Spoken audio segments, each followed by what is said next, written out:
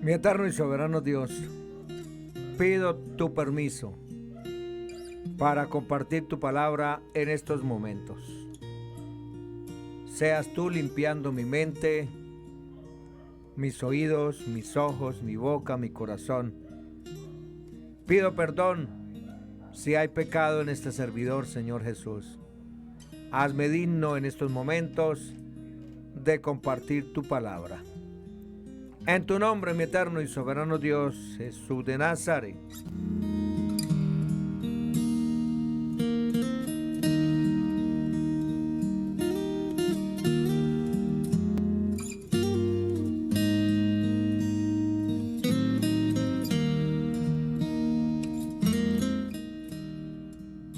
Estamos estudiando el libro de Ezequiel. Hoy nos corresponde el capítulo 7. Es un poquitico extenso. Si me queda unos minutos al terminar la enseñanza, estaré saludando a todos. Los que están escuchando en este momento, los que están en la página del Face, y a todos los que van a ver esta enseñanza, esta grabación en el canal de YouTube. Ezequiel 7. Así ha dicho Jehová el Señor. Un mal, he aquí que viene un mal. Viene el fin viene. Se ha despertado contra ti. He aquí que viene. La mañana viene para ti, oh morador de la tierra. El tiempo viene. Cercano está el día de tumulto y no de alegría sobre los montes. Ahora pronto derramaré mi ira sobre ti y cumpliré en ti mi furor y te juzgaré según tus caminos y pondré sobre ti tus abominaciones. Y mi ojo no perdonará, ni tendré misericordia. Según tus caminos pondré sobre ti, y en medio de ti estarán tus abominaciones. Y sabréis que yo, Jehová, soy el que castiga. He aquí el día, he aquí que viene. Ha salido la mañana, ha florecido la vara, ha reverdecido la soberbia. La violencia se ha levantado en vara de maldad. Ninguno quedará de ellos, ni de su multitud, ni uno de los suyos, ni habrá entre ellos quien se lamente. Amén. En el día de hoy, amigo oyente, hermano, llegamos al 7º capítulo de la profecía de Ezequiel. Este capítulo contiene el segundo de los 2 mensajes de juicio contra toda la tierra de Israel. En los capítulos 4 y 5, los mensajes de Ezequiel se habían referido a Jerusalén, pero en este momento del relato, los mensajes se dirigieron a la totalidad de la tierra, a todos los seres humanos. Jerusalén aún no había sido destruida, y aunque la mayoría de sus habitantes habían sido trasladados fuera de la tierra, mucha gente aún permanecía allí. Sin embargo, los eventos que ya habían ocurrido no los impulsaron a volverse a Dios. Duritos de corazón. Leamos entonces el versículo 1, que comienza el párrafo que nos presenta la profecía de la destrucción final de Jerusalén. Vino a mí palabra del Señor diciendo. Ezequiel estaba comunicando al pueblo de Israel lo que Dios tenía que decir. El primer mensaje pronunciado en el capítulo 6 se inició con las mismas palabras y continuó diciendo Dios en el versículo 2: Tú, hijo de hombre, anuncia que así ha dicho el Señor Dios a la tierra de Israel. El fin viene sobre los cuatro extremos de la tierra. El juicio vendría sobre aquella tierra y, por supuesto, incluiría al pueblo de la tierra. La tierra de Israel y la nación de Israel siempre fueron consideradas conjuntamente en la palabra de Dios. En este mensaje se añadió un nuevo elemento a la profecía de Ezequiel. Esta era en ese momento la profecía de la destrucción final de la tierra y de Jerusalén. Entonces tendría lugar la deportación final y la ciudad sería destruida. Leamos ahora el versículo 3 de este 7º capítulo de Ezequiel. Ahora será el fin sobre ti, pues enviaré sobre ti mi furor y te juzgaré según tus caminos y pondré sobre ti todas tus abominaciones. Para tener una visión de conjunto, leamos ahora los versículos 1 al 3 en otra versión de la Biblia. El Señor me habló diciendo: Hijo de hombre, así dice el Señor omnipotente al pueblo de Israel: te llegó la hora, ha llegado el fin para todo el país. Te ha llegado el fin, descargaré mi ira sobre ti, te juzgaré según tu conducta y te pediré cuenta de todas tus acciones detestables. Notemos que Dios dice aquí: y te juzgaré según tus caminos. Así que el juicio o castigo correspondería con el pecado cometido. Necesitamos preguntarnos: ¿cuál grave es el haber profesado ser un testigo de Dios y llegar a ser un cristiano falso? ¿O cuán grave es ser miembro de una iglesia y tristemente no ser salvo? Esto es hablar directamente a la situación real de ciertas personas o poner el dedo en la llaga. No hay diferencia alguna entre un indígena hotentote en un ignorado rincón del África, inclinándose ante un ídolo, que ser miembro de una iglesia, sentado allí en una congregación, profesando ser un cristiano y, sin embargo, no conocer ni experimentar la salvación ni al Señor Jesús como nuestro Salvador. No vamos a argumentar ahora sobre qué hará Dios con un indígena pagano, porque el Señor tiene su plan o su justicia para él. Además, estamos hablando sobre miembros nominales u oficiales de iglesias que no son verdaderamente salvos. Esa es la cuestión de nuestro tiempo, que corresponde con lo que Ezequiel estaba diciendo.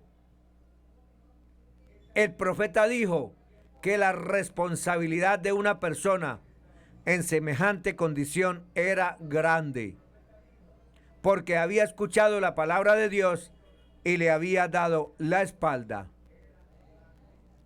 Cuanto más escuche una persona, más aumentará su responsabilidad. Podemos estar seguros de ellos, estimados oyentes. Ahora en los versículos 4 al 9 de este capítulo 7 leemos: mi ojo no te perdonará, ni tendré misericordia. Antes pondré sobre ti tus caminos, y en medio de ti estarán tus abominaciones, y sabréis que yo soy el Señor. Así ha dicho el Señor: un mal, he aquí que viene un mal. Viene el fin viene. se ha despertado contra ti. Ciertamente que viene. La mañana viene para ti, morador de la tierra. El tiempo viene, cercano está el día, día de tumulto y no día de alegría sobre los montes. Ahora, pronto, pronto derramaré mi ira sobre ti y consumaré en ti mi furor. Te juzgaré según tus caminos y pondré sobre ti tus abominaciones. Mi ojo no perdonará ni tendré misericordia. Según tus caminos pondré sobre ti, y en medio de ti estarán tus abominaciones, y sabréis que yo, el Señor, soy el que castiga. Estimado oyente, aquí tenemos un pasaje de las Escrituras realmente tremendo, y nos atrevemos a decir que hay muy pocas personas que se atreverían a tratar con esta sección de la palabra de Dios. Este pasaje resultará desconocido para muchos miembros de la iglesia. Ahora, alguien quizás diga, bueno, pertenece al Antiguo Testamento y ese hecho lo hace diferente. Estimado amigo y hermano oyente, este lenguaje utilizado aquí es más bien suave si uno lo compara con lo que se dice en Apocalipsis y con las palabras del Señor Jesús en Mateo 25. Lo que Ezequiel estaba diciendo era moderado en comparación con otras declaraciones del Nuevo Testamento. El Dios del Nuevo Testamento es el mismo Dios del Antiguo Testamento y Él castigará el pecado en cualquier época. En nuestro programa anterior hablamos de un joven rabino judío que quería dejar completamente de lado a Dios porque él no podía reconciliar lo que le sucedió a 6 millones de judíos en la Segunda Guerra Mundial. Todo lo que queremos decir es que este pasaje debería constituir hoy una advertencia para la iglesia de Dios. Surge una pregunta, ¿juzgará a Dios? Respuesta, sí, lo hará, juzgará. No nos extraña que Pablo dijera en 2 Corintios 5:11, conociendo pues el temor del Señor, persuadimos a los hombres. Hay muchas personas hoy que están, por decirlo de alguna manera, jugando a ser cristianos, jugando a ser miembros de una iglesia sin tomarla muy en serio. Un pie en el mundo y otro pie en la iglesia. Hablan de su lealtad, de su dedicación, pero no tienen un compromiso pleno con el Señor Jesucristo. En este momento que estamos viviendo, esa actitud es una tragedia.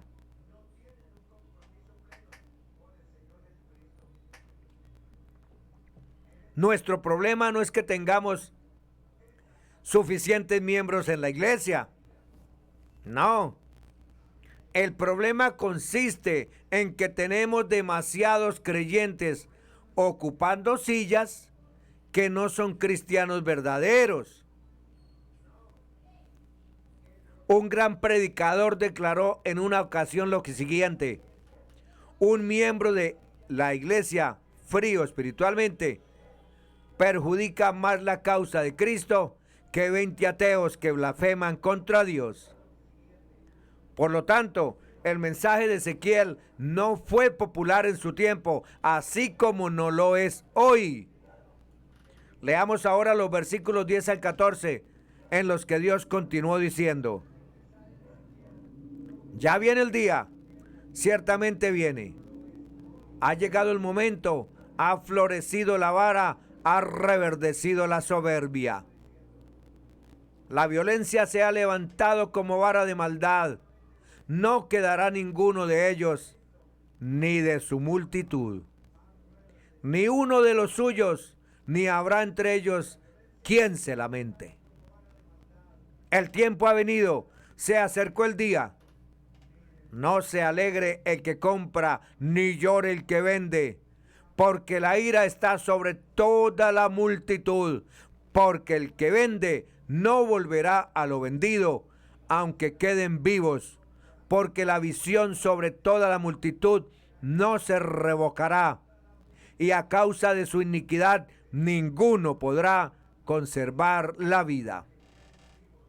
Tocarán trompeta y prepararán todas las cosas, pero no habrá quien vaya a la batalla, porque mi ira está sobre toda la multitud.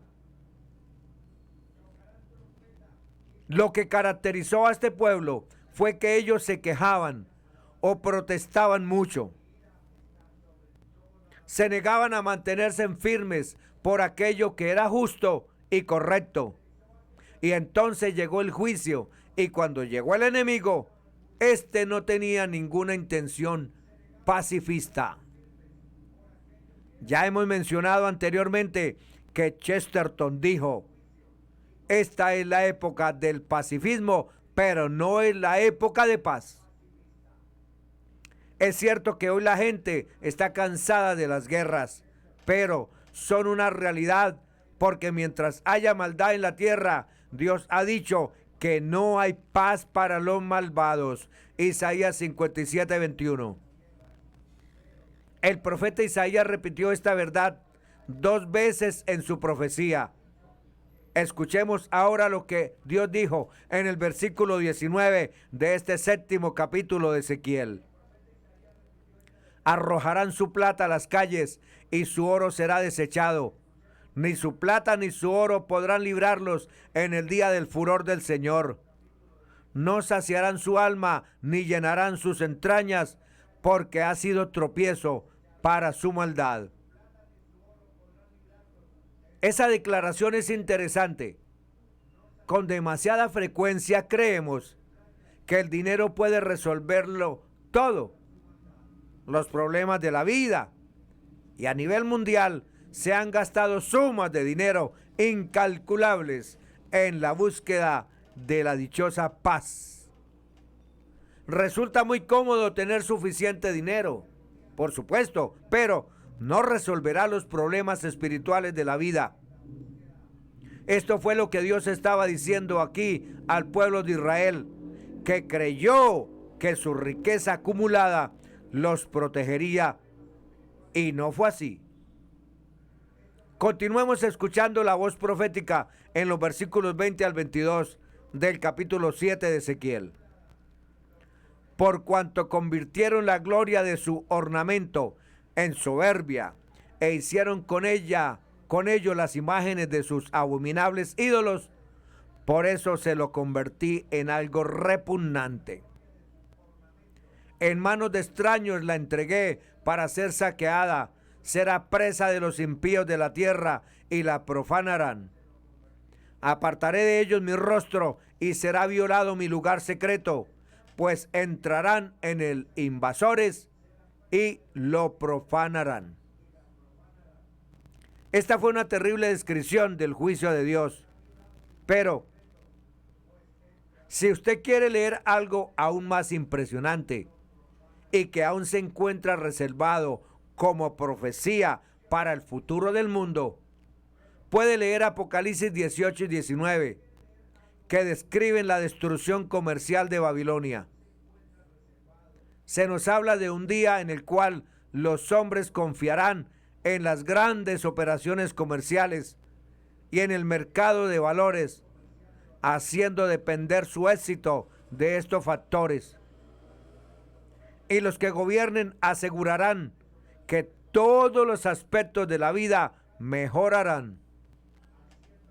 En tiempos de Ezequiel no fue todo precisamente bien, y toda la seguridad comercial y oficial no pudo librarles de la catástrofe.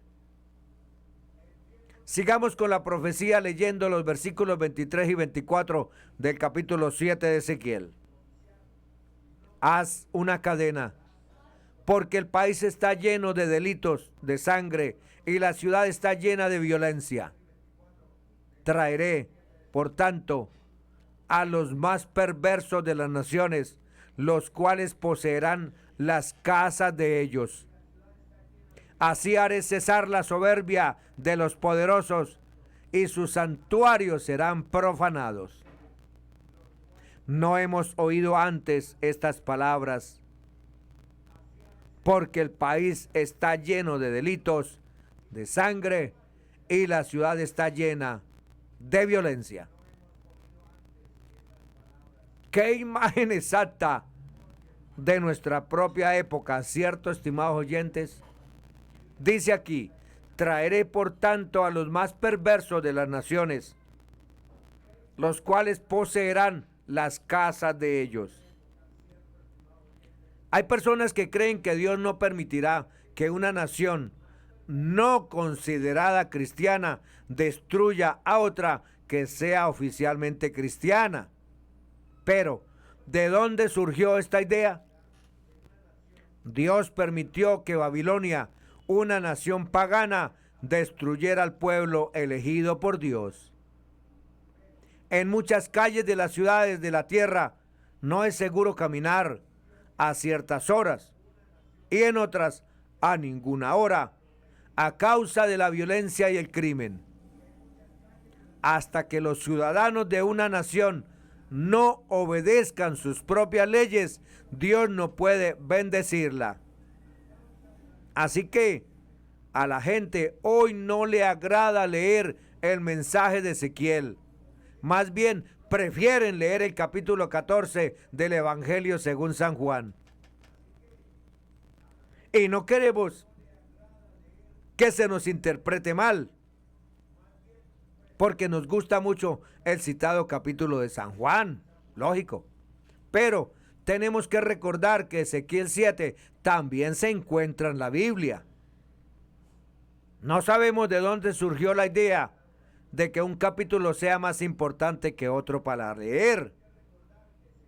Al menos deberíamos concederle a Ezequiel el mismo tiempo, la misma atención, y permitirle al profeta presentar su caso. Cuando Ezequiel recibió la profecía de los 390 días y de los 40 días, tal vez no dedujo el año exacto del fin de Jerusalén. Pero durante los años previos a la destrucción de la ciudad, Ezequiel les advirtió vez tras vez a los judíos que la ejecución de la sentencia de Dios estaba a las puertas. Él decía: ahora te ha llegado el fin.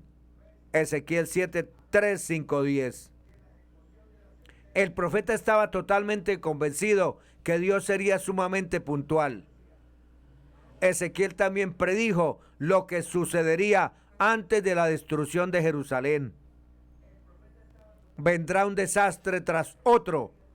Esos sucesos conducirían al hundimiento de la sociedad israelita, la religión judía y sus últimos gobiernos. Ezequiel 7, 11, 13, 25, 27. Unos pocos años después de que Ezequiel hablara de la caída de Jerusalén, la profecía empezó a cumplirse. En el año 609 antes de Cristo, Ezequiel supo que el ataque a Jerusalén había comenzado. En esa ocasión sonó una trompeta llamando al pueblo para que defendiera la ciudad. Pero ocurrió lo que el profeta había dicho: nadie irá a la batalla. Ezequiel 7:14.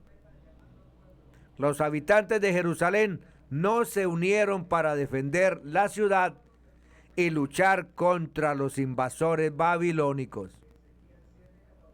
Quizá algunos judíos pensaban que Dios los rescataría. De hecho, ya los había rescatado antes, cuando los asirios amenazaron con tomar la ciudad de Jerusalén y un ángel de Jehová acabó con la mayor parte del ejército. Segunda Reyes 19:32. Pero esta vez nadie acudió en su ayuda. En poco tiempo la ciudad cercada ya parecía una olla puesta en el fuego y sus habitantes pedazos de carne dentro de la olla.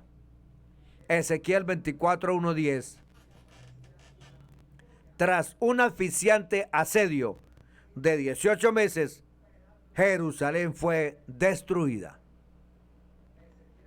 ¿Qué aprendemos de esta parte de la profecía de Ezequiel, estimados oyentes? Tiene algo que ver con nuestra predicación y la reacción de aquellos a quienes les hemos predicado. Dios ya había decidido cuándo será la destrucción de la religión falsa. Y de nuevo demostrará su extraordinaria puntualidad cuando acabe con la ramera, la madre de las fornicaciones y la idolatría en la tierra. Según de Pedro 3:9-10, Apocalipsis 7:1-3.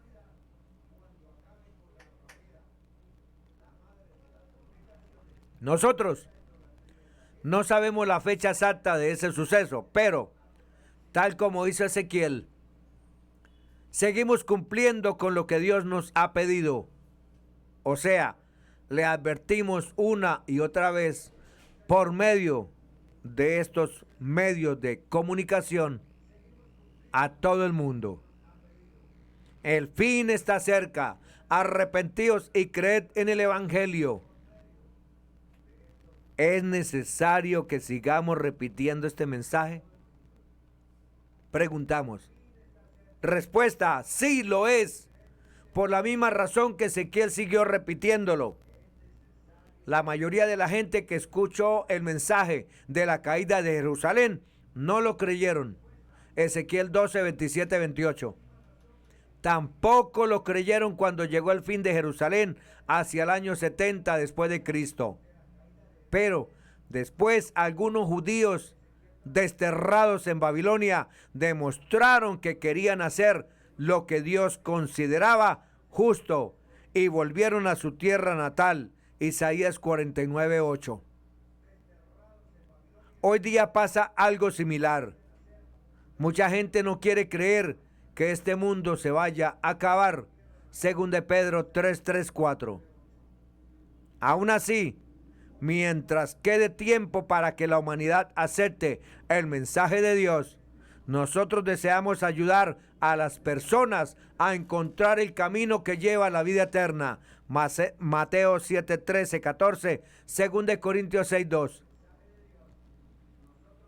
La profecía de Ezequiel también nos recuerda que un día, cuando llegue de nuevo el ataque contra Israel, cuando sea cercado otra vez por ejércitos, sus ejércitos no irán a la batalla a defender la religión judaica. Irán a defender sus vidas y exclamarán e invocarán al Señor en su angustia diciendo: líbranos, Señor, líbranos, Señor, pidiendo auxilio y socorro a lo alto. Salmo 121. Y al ver que no hay respuesta inmediata, sus manos se quedarán sin fuerzas y un temblor se apoderará de ellos. Ezequiel 7:3, 14, 17, 18, Mateo 7, 21, 23. ¿Qué más harán? Preguntamos. Jehová dice respecto a los habitantes de Jerusalén: arrojarán su plata por las calles. Esta afirmación muestra con claridad que lo que pasará durante la gran tribulación. En ese momento, la gente se dará cuenta que el dinero no los puede salvar de la inminente calamidad. Preguntémonos, ¿conseguimos ver la lección que hay para nosotros en esta parte de la profecía de Ezequiel? Se trata de la importancia de establecer nuestras prioridades de forma correcta. Pensemos en lo siguiente. Solo después que los habitantes de Jerusalén entendieron que se les venía encima el fin de la ciudad y de su vida, y que sus posesiones no iban a salvarlos, solo después de eso cambiaron drásticamente sus prioridades. se deshicieron inmediatamente de sus pertenencias y se pusieron a buscar la visión de un profeta. Pero el cambio llegó demasiado tarde. Ezequiel 7:26. Nosotros, por el contrario, estamos muy al tanto que al fin de este mundo malvado está a las puertas. La fe que tenemos en las promesas de Dios nos ha llevado a establecer correctamente nuestras prioridades en la vida. Y, como resultado, estamos muy ocupados tratando de acumular riquezas espirituales que nunca perderán su valor ni serán arrojadas por las calles. Mateo 6, 19, 21, 24. Para resumir, ¿qué efecto tiene en nosotros las declaraciones proféticas de Ezequiel sobre la caída de Jerusalén? Nos recuerdan que queda poco tiempo para ayudar a otras personas a convertirse en siervos de Dios vivo y verdadero. Y por eso vemos la obra de hacer y por eso vemos la obra o la necesidad de hacer discípulos de todas las naciones como una tarea urgente. Nos llena también de felicidad ver que personas de toda raza, tribu, nación y lengua empiezan a adorar a nuestro gran Dios después de haber nacido de nuevo, de agua y del Espíritu, cumpliendo el mandato de obedecer esta salvación tan grande en esta dispensación de la gracia de Dios. Hechos 2:38. De todas formas, aunque muchos no den ese paso, nosotros seguimos dándoles el mismo mensaje de advertencia que Ezequiel le dio a la gente de su época. Ahora ha llegado el fin. Ezequiel 3, 19, 21, 7, 3. Y añadimos la advertencia evangélica: hoy es el tiempo de salvación. Además, estamos decididos a mantener intacta nuestra confianza en Dios, a pesar de ver cada día cómo aumenta el mal. El Señor cumple su palabra y vemos más cerca su venida por la iglesia, el juicio a las naciones en la gran tribulación, su segunda venida con poder y gloria, el establecimiento milenial de Cristo, la adoración pura que llenará la tierra del conocimiento divino y seguirá ocupando el primer lugar en nuestra vida como coherederos de Cristo en el reino. Salmos 52, 7, 8, Proverbios 11, 28, Mateo 6, 33. Es racional pensar que Ezequiel tenía público cuando hizo estas cosas. ¿Por qué? Porque en algunas ocasiones, como cuando horneó el pan, o se llevó su equipaje, o se cortó el cabello, Dios le mandó específicamente que lo hiciera ante sus ojos. Es decir, mientras la gente estuviera mirando. Ezequiel 4, 12, 12, 7. Es lo mismo que se nos exige a nosotros como testimonio a todos de lo que creemos y vivimos. Somos cartas leídas ante el público en general. Recordamos también notoriamente en este tema que al permitir que Jerusalén fuera destruida, Dios no solo expresó su indignación contra el reino de dos tribus que componían a Judá, sino que también contra el reino de las 10 tribus de Israel. Jeremías, Ezequiel 9:9 y 10. Esto significa que cuando Cristo vuelva, avergonzará a todas las organizaciones religiosas que han hablado y proclamado en su nombre sin ser escogidas o enviadas por Dios. Ese día se cumplirá lo que dijo el profeta Isaías 17, 7, 9. En aquel día mirará el hombre a su hacedor y sus ojos contemplarán al Santo de Israel y no mirará a los altares que hicieron sus manos, ni mirará a lo que hicieron sus dedos, ni a los símbolos de acera ni a las imágenes del sol. En aquel día sus ciudades fortificadas serán como los frutos que quedan en los renuevos y en las ramas, los cuales fueron dejados a causa de los hijos de Israel, y habrá desolación. Estimado amigo y hermano, Dios está brindando de nuevo la oportunidad para que arreglemos nuestras vidas y estemos a cuentas con Él. El tiempo está cumplido, las profecías se están cumpliendo, la iglesia todavía permanece, el Espíritu de Dios está cuidando y llenando su iglesia. Sin embargo, muchos duermen en eventos, celebraciones, reuniones y conciertos, sin notar que es necesario velar y orar para que los sucesos contrarios que están presentándose como el amor resfriado entre hermanos, la negligencia y la falencia en llenar bien nuestras lámparas y la apostasía que está surgiendo, no nos encuentren durmiendo. Bendiciones para todos en el nombre que es sobre todo nombre, Jesús de Nazaret.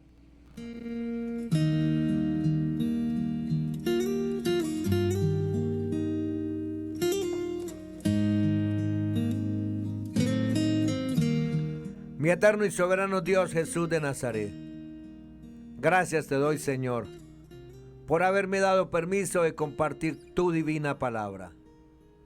Permite, Señor, que tu palabra llegue a nuestros corazones y que la cumplamos, la obedezcamos para no caer en los castigos terribles que vienen para este mundo.